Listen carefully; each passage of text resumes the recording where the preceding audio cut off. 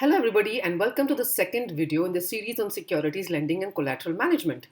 In the first video, we had given an overview of the securities lending business, which now generates over billions of dollars of fees for the agency lenders as well as for the other participants who are willing to participate in the securities lending business. As I've already explained in the first video, the business has grown largely because of the need for hedgers, arbitrageurs, traders, speculators, and other uh, market participants, especially the hedge funds, to participate across different markets and different currencies and different assets and gain profits from it. So, this business, which has been growing significantly by leaps and bounds in the last few years, has now become extremely regulated. And in fact, it has been controlled and monitored closely by different market participants, including the Securities Exchange Commission in the United States. There are FINRA regulations for this in the United States. There is the European Union regulations on the trading and the securities lending business in the European Union, etc. So let's take a look at the second video, which is going to focus on the different types of collaterals in the securities lending business. Okay, this is the second video. I'm numerically ordering the videos so that it becomes easier for you to follow the pattern and follow the flow in case I forget to create a playlist on my YouTube channel. So let's take a look at the cash collateral versus the securities collateral in the securities lending business. As has already been explained in the previous video, the agency lending business is the largest model or the most popular model for securities lending. There are securities lenders who could be the owners of the securities, and rather than having the securities idle in their portfolio, they want to earn fees, they want to earn income out of it. They lend this to an agent. This agent could be a custodian. The agent then lends these shares or bonds to the securities borrowers. While this picture or this diagram looks very simplistic, there are multiple layers between each of these entities. Suffice to remember that there are separate agreements and separate contracts between each of the entities. Okay, so the counterparty risk is for the next entity in the line, in the sequence. In return for borrowing securities, the securities borrowers gives collateral or different types of collateral to the agent. All this is predefined in the agreement between the agent and the borrower. Okay, the kind of collateral, whether it's cash collateral, whether it's securities collateral, what are the fees that are charged for different types of securities, etc. The securities borrowers pay the fees to the agent. The collateral is managed entirely by the agent, and a part of the fees that is earned by the agent is passed on to the securities lenders because they are the ones who are the end owner of the securities. So this business has been running in this model, the agency lender model, which has been popular for the last almost 20-25 years actually. What are the kind of securities that can be lent by the lender? These include top-notch equities. What do I mean by top-notch equities? Equities that enjoy a lot of liquidity in the market. The important criteria over here is that they could either be stocks that are there in the S&P 500 or any other stocks that could be equally liquid, because of which there is a very high volume traded, resulting into a short position created by the traders. So when the short position is created by the traders, the short sellers are unable to square off the positions unless they borrow these securities. And therefore, we find that equities which are highly liquid, which have high volume trading, etc., are the ones that can be lent in the market. Corporate bonds can also be lent. As you know, corporate bonds are categorized into investment grade bonds, speculative bonds, and junk bonds. Volumes again is a very important criteria because the last thing that you would want to happen is that the security that is lent doesn't suddenly turns illiquid, and then you finding a counterparty for borrowing an illiquid security would be very, very difficult. And the third is government bonds. Government bonds dominate the bond market in most countries in the world, and therefore government bonds become extremely favorable for short selling as well as for borrowing, especially if there are any rate announcements that are expected by the monetary policy committees or the FOMC of the Federal Reserve, etc. So the market is very, very dynamic. It's very, very buoyant, comprising largely of hedgers, traders, speculators, arbitrageurs, market makers, short sellers, etc., who need the security so that they fulfill the exchange deadlines for settlement. The two types of collateral that are normally given for securities borrowing provided by the borrower are non-cash collateral and cash collateral. Let's take a look at non-cash collateral. Non-cash collateral could be in the nature of sovereign bonds. Sovereign bonds are bonds that are issued by the government and therefore by the federal government and therefore have the same risk as the country risk. Global equities and corporate bonds. So, what do you think? Do you think that in corporate bonds, a junk bond can be provided as collateral? Do you think a bond with the rating of double C can be provided as collateral? Do you think that equity which is not listed, which is not in the S&P 500 index and which has poor liquidity in the market can be provided as collateral? The answer obviously is no. So there are very predefined criteria for what is the non-cash collateral. Look, the securities that are being borrowed also are volatile. The securities that are being provided by way of collateral are also volatile. So therefore, both the lender and the counterparty are exposed to a significant amount of market risk. Okay, and therefore they need to select good quality non-cash collateral.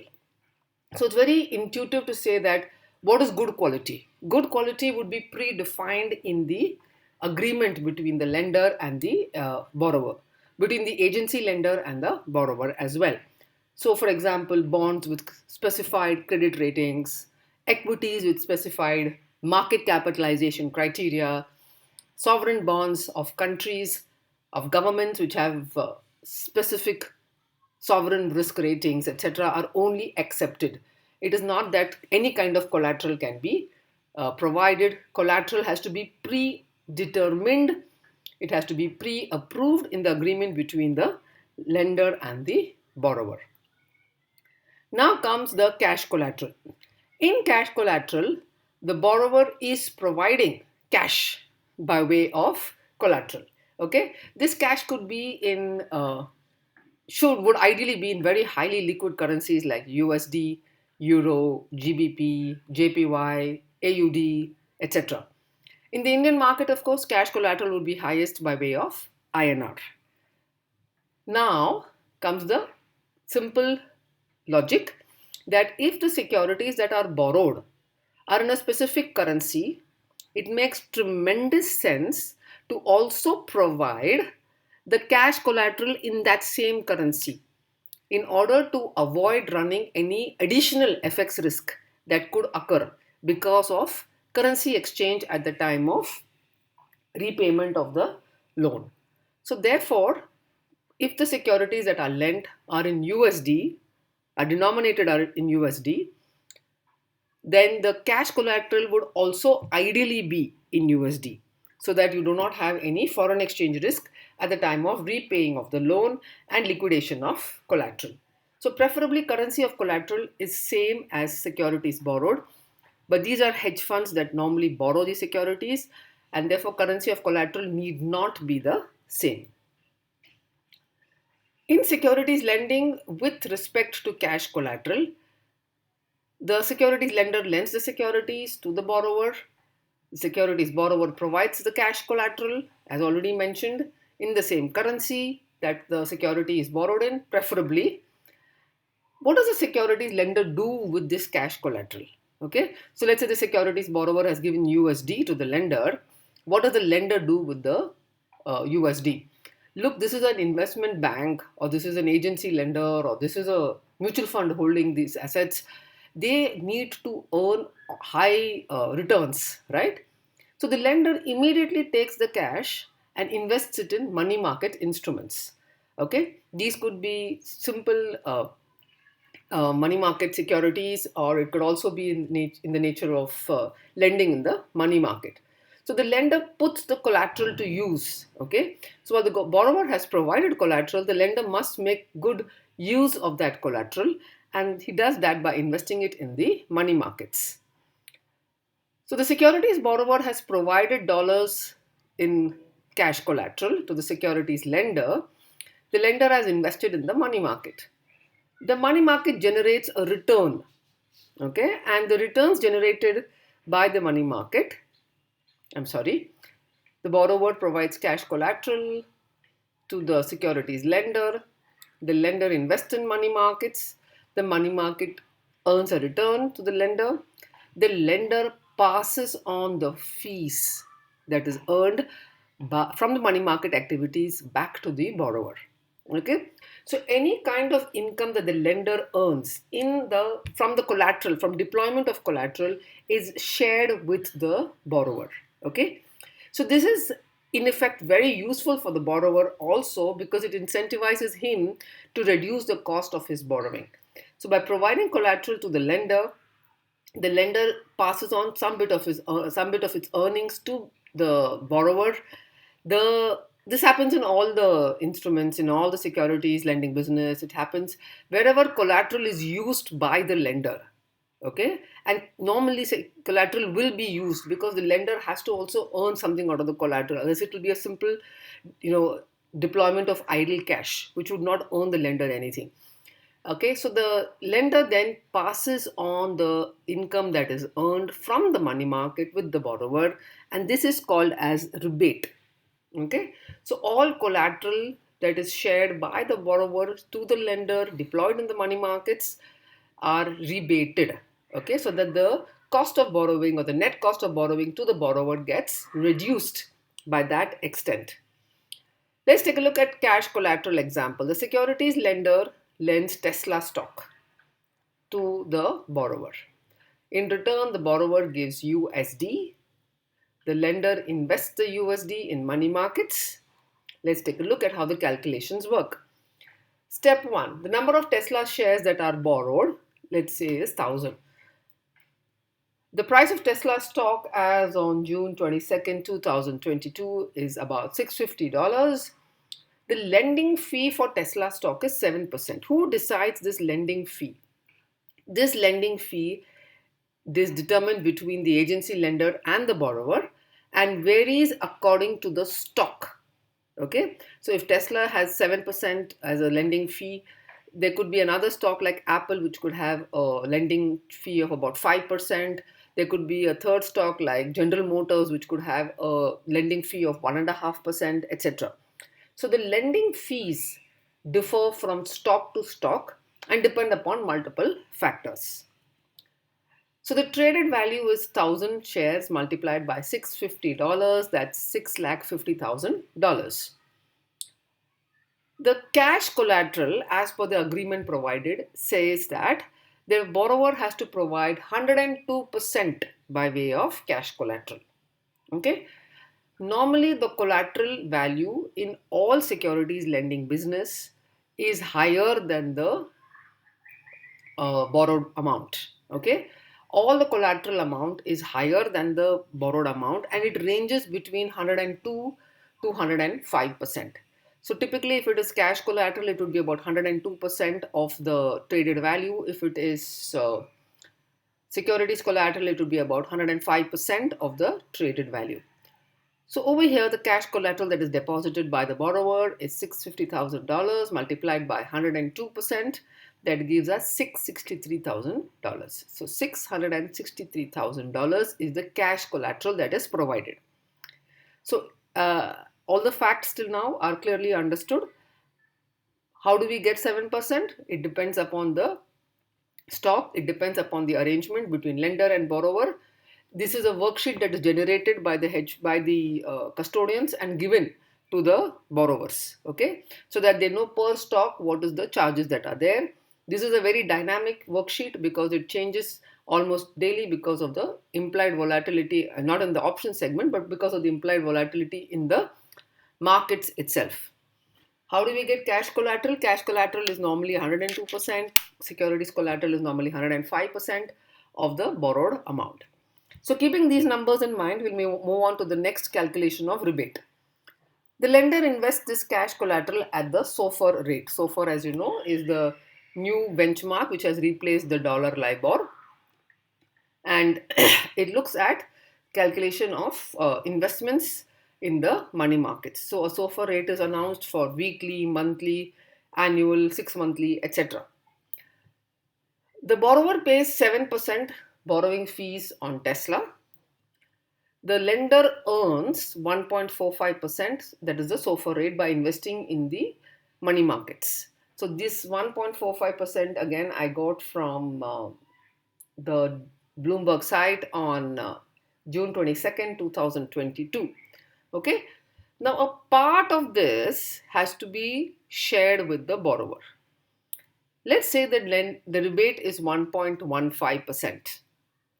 That means the net cost of borrowing for the securities borrower after rebating is the borrower is earning 1.15% on the collateral used minus 7% on the pay to the lender. The net cost of borrowing for the borrower has come down from 7% to now 7% minus 1.15%, that is 5.85%. The reason it's shown in negative numbers because it's a cost and therefore it's an outlay or an outflow for the borrower.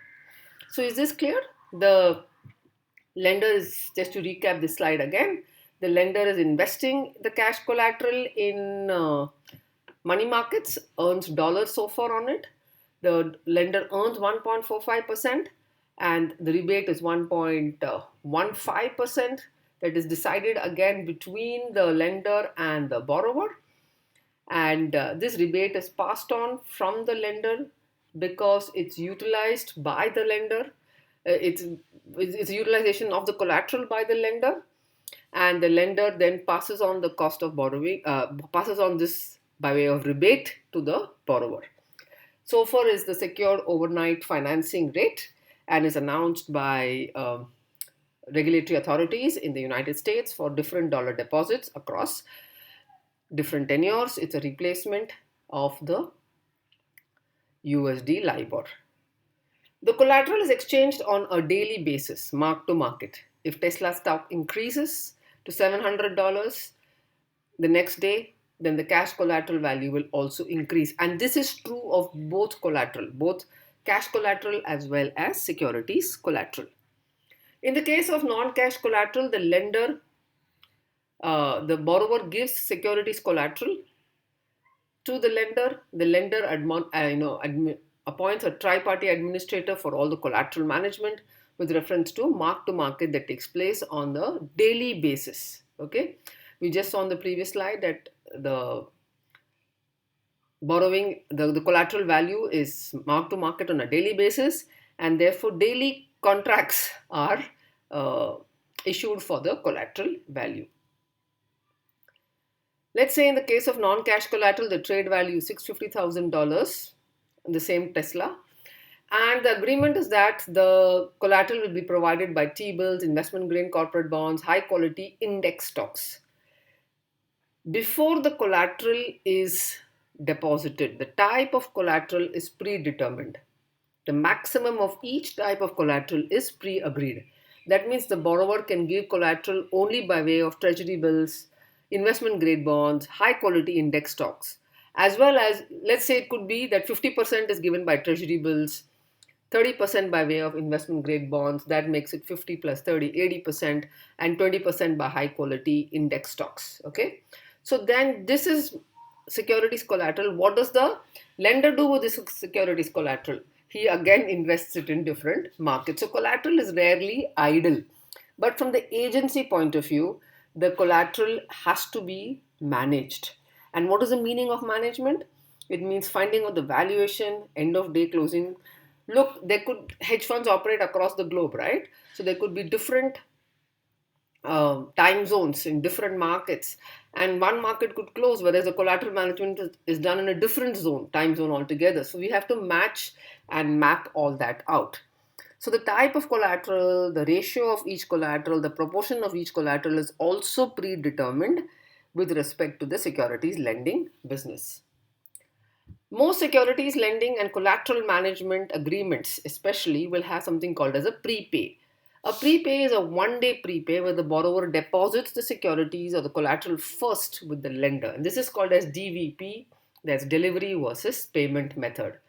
In the delivery versus payment method, we understand that the lender is now trying to reduce the counterparty risk. As already explained to you, the lender faces counterparty risk, the lender faces market risk, the lender also faces operational risk. Therefore, a prepay is done by the lender so that the lender doesn't face any counterparty risk, that the securities are lent, and only after that collateral takes place is simply a situation that just cannot happen. Okay, first the collateral is deposited and then the securities are lent by the lender. Thank you so much for watching this video. If you have any queries, please post in the comments box. We'll relaunch our some more videos on hedge funds in the next modules onwards. Thank you so much for watching and bye for now.